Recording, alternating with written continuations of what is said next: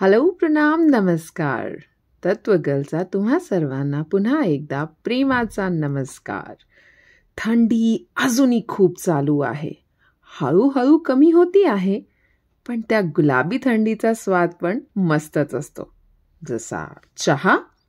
अरे हो, काही लोक ना चहा आणि कॉफी याच्यामध्ये खूप गुंतावतात. समजतच नाही काही घ्यावं. अहो, जे तुम्हाला आवडेल ते घ्या की. कारण चहा की कॉफी हे डिसाईड करणं खूप कठीण असतं. कारण सांगू? कारण चहा म्हणजे उत्साह आणि कॉफी म्हणजे स्टाईल.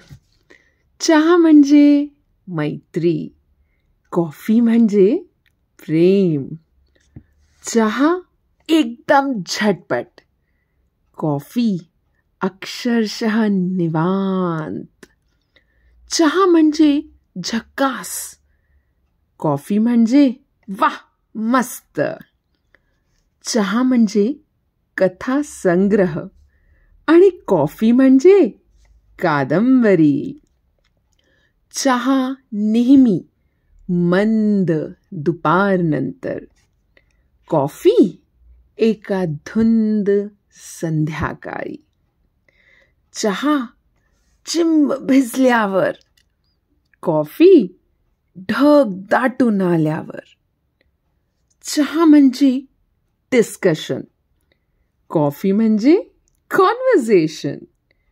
चहा living room, coffee waiting room. चहा म्हणजे उत्स्फूर्तता, कॉफी म्हणजे उत्कटता. चहा धडपडीचे दिवस, कॉफी धडधडीचे दिवस. चहा वर्तमानात दमल्यावर, कॉफी भूतकाळात रमल्यावर. चहा पिताना भविष्य रंगवायचे, कॉफी पिताना स्वप्न रंगवायचे. तर मित्रांनो, चहा घ्या किंवा कॉफी, दोन्ही आपले आपले वोट मागूनच घेतात बरं का. सो कोणीही भांडू नका. तुम्हाला चहा आवडत असो चाहे कॉफी, दोन्ही आनंदात प्या. आणि एका मित्राला चहा आणि एकाला कॉफी तरीही हरकत नाही.